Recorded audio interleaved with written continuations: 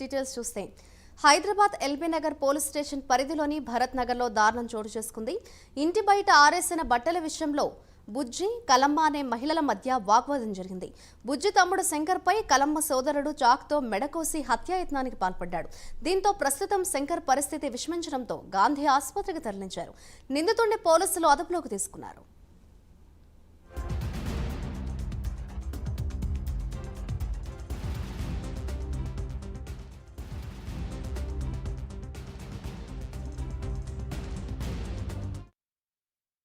నేను బట్టలు ఆరేసిన సార్, బట్టలు ఆరేసిన ఆమె పని నుంచి వచ్చింది 7 గంటలకి. 7 గంటలకు వస్తే అక్క నీ ఇంటి ముందులేమో అరేలే పక్కన రూమ్ పక్క కాల్ రూమ్లో కాడ చింపులు పడ్డది, సెల్ఫులు ఉన్నాయి, ఆరేసిన అక్క తీసేస్తా అక్క అని నేనన్నా. ఇది అది అని గలీజ్ మాటలు తిట్టింది.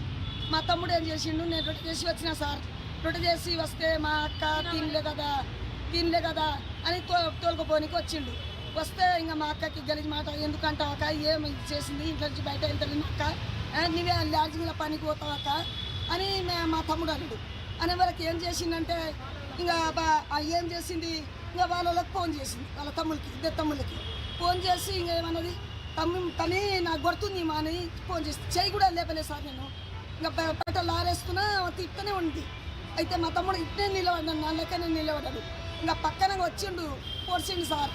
పొరసంగానే ఇంకా రక్తం మొత్తం మా యాటానికి వచ్చినట్టే వెళ్ళింది.